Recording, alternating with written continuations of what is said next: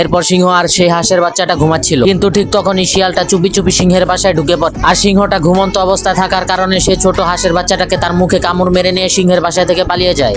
কিন্তু শিয়ালটা যখন সেই সিংহের বাস থেকে ছোট্ট হাঁসের বাচ্চাটাকে নিয়ে পালিয়ে যাচ্ছিল, ঠিক তখনই ছোট্ট হাঁসের বাচ্চাটা বুদ্ধি করে সিংহটাকে মামা মামা বলে ডাকতে শুরু করে দেয়। আর হাঁসের বাচ্চার ডাক শুনে সিংহটার ঘুম ভেঙে যায় এবং সিংহটা খুব রেগে যায়। এরপর সিংহটা তার বাসা থেকে বের হয়ে সেই শিয়ালটার পিছু করতে শুরু করে দেয়। আর এদিকে সেই বোকা শিয়ালটা চিন্তা মুক্ত হয়ে সেই ছোট্ট হাঁসের বাচ্চাটাকে নিয়ে চলে আসে তার বাসায় রান্না করে খাওয়ার জন্য। তারপর সেই বোকা শিয়ালটা একটা চুলার উপর একটা কড়াই বসিয়ে দেয় এবং সেই কড়াইয়ের উপর সেই ছোট্ট হাঁসের বাচ্চাটাকে রেখে রান্না শুরু করে দেয়। আর এদিকে সেই ছোট্ট হাঁসের বাচ্চাটা ভয়ে কান্না করতে শুরু করে দেয়। কিন্তু শিয়ালটার কপালটা খুবই খারাপ ছিল, কারণ ততক্ষণে সিংহটা সেই শিয়ালের বাসায় চলে এসেছিল। বোকা শিয়ালটা সিংহটাকে দেখে ভয়ে কাঁদতে শুরু করে দেয়। এরপর সিংহটা সেই শিয়ালটাকে উড়াধুরা মারতে শুরু করে দেয়। শিয়ালটাকে উড়াধুরা মারার পর সিংহটা সেই ছোট্ট হাঁসের বাচ্চাটাকে নিয়ে তার মার কাছে চলে যায়, কারণ তার মা মন খারাপ করে তার বাসার পাশে বসেছিল সেই ছোট্ট হাঁসের বাচ্চার জন্য।